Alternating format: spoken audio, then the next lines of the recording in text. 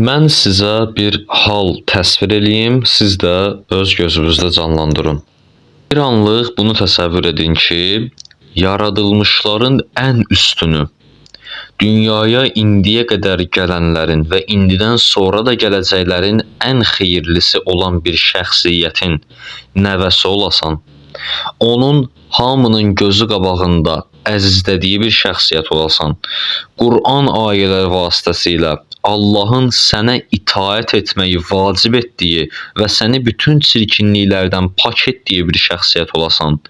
Amma buna rəğmən sağlığında düşmənlərin tərəfindən tənə almağın bir qırağa, dostların səni başa düşməyə, tərəfdarın bildiyin insanlar tərəfindən yalnız buraxılasan, tənha qalasan və hətta ölümündən sonra belə məzlumluq sənin yaxıvı buraxmaya, məzarının üzərində düzəməlli bir məqbərə belə olmaya, zəvvarların təzyiq altında qala. Gün mübarək Ramazan ayının 15-ci günü məzlumiyyəti ilə ərşi titrədən Həzrəti İmam Həsən Müctəba əleyhissalamın mövlud günüdür. Bu Həzrət hicrətin 2-ci ilində mübarək Ramazan ayının 15-ci günündə mübarək Mədinə şəhərində İmam Əli əleyhissalam ilə xanım Fatimə Zəhranın evində dünyaya gəlmişdir.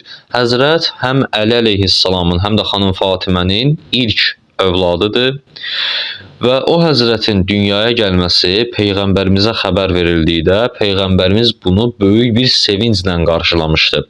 Həzrəti ağ bir parçaya bükərək Peyğəmbərimizə təhvil verdikdə onun sağ qulağına azan, sol qulağına isə iqamə oxumuş və Allahın əmri ilə o həzrətin adını Həsən qoymuşdu. İmam Həsən əleyhissalamın müxtəlif ləqəbləri var. Ən çox tanıdığımız ləqəbi isə Müctəba, yəni seçilmiş mənasındadır.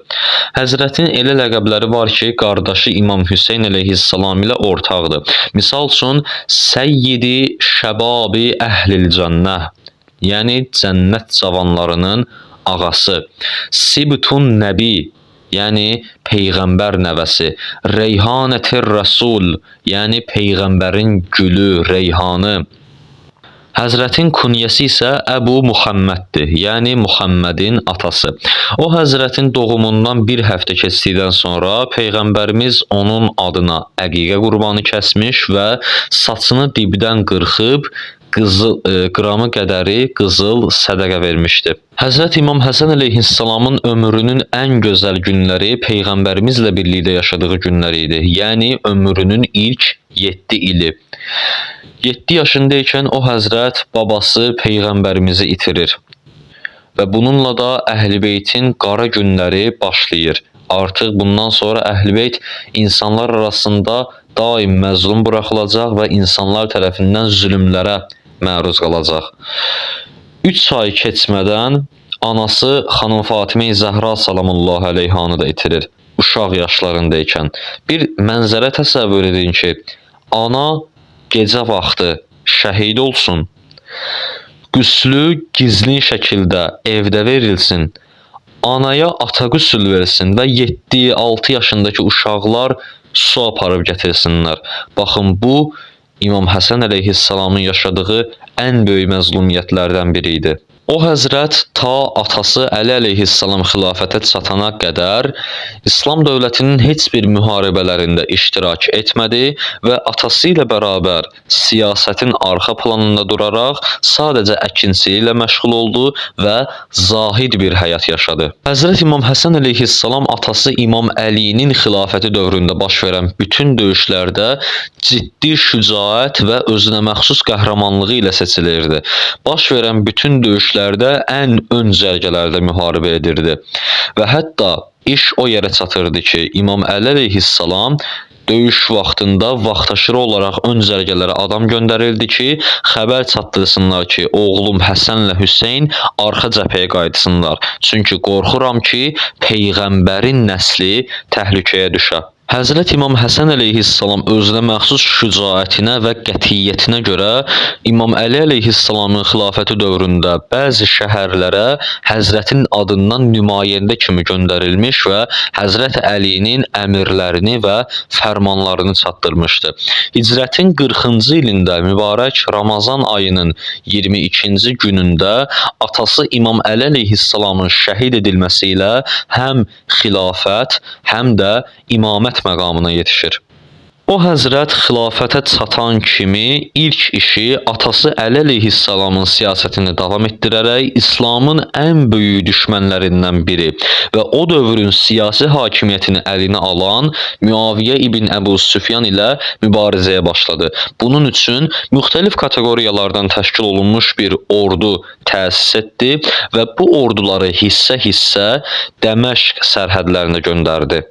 Tarixin həssas və bir o qədər də dərin izaha ehtiyacı olan mövzuları olduğu üçün İmam Həsən ağanın ordusunda hansı insanların yer aldığı, hansı bölgülərlə kimlərin haralara göndərildiyi, İmam Həsən ağaya necə xəyanət edildiyi barəsində ətraflı məlumat vermirəm. Sadəcə onu qeyd edirəm ki, İmam Həsən ağanın təyin etdiyi ordu komandirləri hərçənd ki öz qohumları idi, İmam Əli əleyhissalamın dilindən xütbə eşidənləri idi, Müaviyyənin tərifli məktublarına və Müaviyyənin qırqızıllarına alınaraq Cənnət cavanlarının ağası, yaradılmışların ən xeyirlisi İmam Həsən əleyhissalamı tək və tənha qoyurdular. İmam Həsən əleyhissalam bu şərtlər daxilində müharibə etməyin əlverişsiz olduğu, mənasız olduğunu gördüyündən və müharibə edəcəyi təqdirdə Əli şiyələrinin, haqq əhlinin canına, malına, namusuna ziyan toxunacağını bildiyindən məcbur qalıb Müaviyə ibn Əbu Süfyan ilə Səbat sülh müqaviləsini imzaladı və bütün şərtləri Əhl-i-Beytin xeyrinə olan bağlandıqdan bir neçə ay sonra Müaviyə tərəfindən heçə sayılan Səbat sülh müqaviləsi ilə xilafət qanuni olaraq Əməvilərə təhvil verildi. Bu hadisədən sonra İmam Həsən əleyhissalam siyasət meydanından geri çəkildi və Mədinə şəhərində zahid bir həyat yaşamağa başladı. Hər nə qədər dünyaya etina etməsə, zahid bir həyat yaşasa belə, çox ciddi və külli miqdarda sərvəti var idi İmam Həsən ağanın və o qədər əli açıq idi ki, o qədər qapısına gələnlərə ərmağanlar, bəxşişlər verərdi ki, onu Əhl-i-Beytin Kərimi olaraq adlandırırdılar. Qeyd olunur tarixdə ki, İmam Həsən ağa 3 dəfə mal dövlətinin hamısını, 6 dəfə isə tən yarısını Allah yolunda ehsan eləmişdi. Belə bir qeyd yoxdur tarixdə ki, kimsə İmam Həsən əleyhissalama tərəf gəlsin, ondan nəsə istəsin və o həzrət onu əliboş geri çevirsin. Bütün bunlara və mümkün qədər siyasətdən uzaq bir həyat yaşamasına baxmayaraq, Müaviyyənin təzyiqi və Əhl-i-Beytə qarşı, Əli ailəsinə qarşı tənqidçi təbliğatın təzyiqi İmam Həsən əleyhissalamın yaxasını buraxmırdı. Müaviyyə yer-yer Həzrət İmam Həsən əleyhissalamı şəhid etmək üçün planlar cızırdı və axırda bu qərara gəldi ki, imamı yoldaşının əli ilə şəhid eləsin. Bu plan əsasında hərəkət edən Müaviyyə İmam Həsən ağanın yoldaşı Əşəs ibn Qeysin qızı Cadəyə məktub yazdı və məktubunda İmam Həsən ağanı zəhərlədərək şəhid etməsi müqabilində onu öz oğlu və Əməvi xilafətinin vəliəhdi Yezid ibn Müaviyyə ilə evləndirəcəyinə dair söz verdi. Dünyanın heç kəsə qalmayacaq malına, dövlətinə, ehtişamına, vəzifəsinə aldanan İmam Həsən ağanın xanımı Cadə binti Əşəs Həzrət İmam Həsənin tez-tez su içdiyi kuzəsinə zəhər qatdı və o həzrət həmin kuzədən su içərkən canına zəhər düşdü və ciyəri parçalandı. Tarix yazır ki, İmam Həsənə verilən zəhər o qədər şiddətli idi ki, həzrətin ciyərini bölürdü. və vaxt aşırı qeyd olunurdu ki, İmam Həsən əleyhissalam qan qusurdu. Bu əzab-əziyyətli halda İmam Həsən əleyhissalam yatağında uzanmış, qardaşı İmam Hüseyn, bacısı xanım Zeynəb, digər qardaşları və digər bacılarının əhatəsində can yatağında idi. Həzrət İmam Hüseyn əleyhissalam Həzrət Həsən əleyhissalamın fərağında göz yaşları axıdır və ah-nalə eləyirdi. İmam Həsən əleyhissalam bu mənzərini gördükdə deyirdi: "Ya Əba Əbdillah, sən niyə ağlayırsan?" İmam Hüseyn deyirdi ki, qardaş, and olsun Allaha ki, sənin ayrılığın mənim üçün çətindir. İmam Həsən isə deyirdi ki, heç bir gün sənin günüvə çatmaz, ya Əba Əbdillah. İmam Həsən bununla Kərbəlada İmam Hüseynin başına gətiriləcək zülümlərə işarə verirdi. Tez-tez huşdan gedib ayılırdı. Qardaşı İmam Hüseynə vəsiyyətlər edirdi.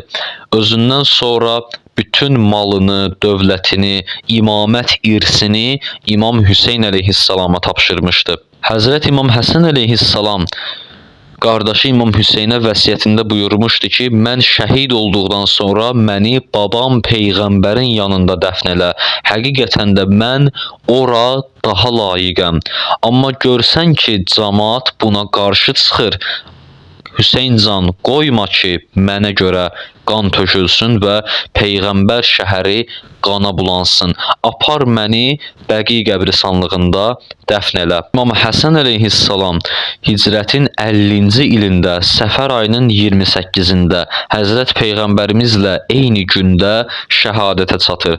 İmam Hüseyn əleyhissalam ona qüsül verir, kəfən eləyir, cənazə namazını qıldırandan sonra isə dəfn etmək üçün Peyğəmbərimizin məzarının yanına aparır. Və bu zaman Mərvan İbn Həkəmin başçılığı ilə böyük bir dəstə onlara qarşı çıxır və hətta İmam Həsənin tabutunu belə oxa tuturlar. Bu ağır və acınacaqlı mənzərəni görən Bəni Haşimin qeyrətli cavanları və ələlxüsus Əbəlfəz ağa əlləri qılıncla İmam Hüseynin yanına gəlib icazə istədikdə Həzrət İmam Həsənin vəsiyyətini xatırlatmış və onlara sakit olmağı tapşırmışdı və İmam Həsən ağanı aparıb Bəqi qəbristanlığında nənəsi Fatimə binti Əsədin ayaq tərəfində dəfn eləyirlər. O Həzrət şəhid olduqda ömründən 47 il keçmişdi və bundan sonra imamət məqamı Həzrəti İmam Hüseyn əleyhissalama çatdırılmışdı.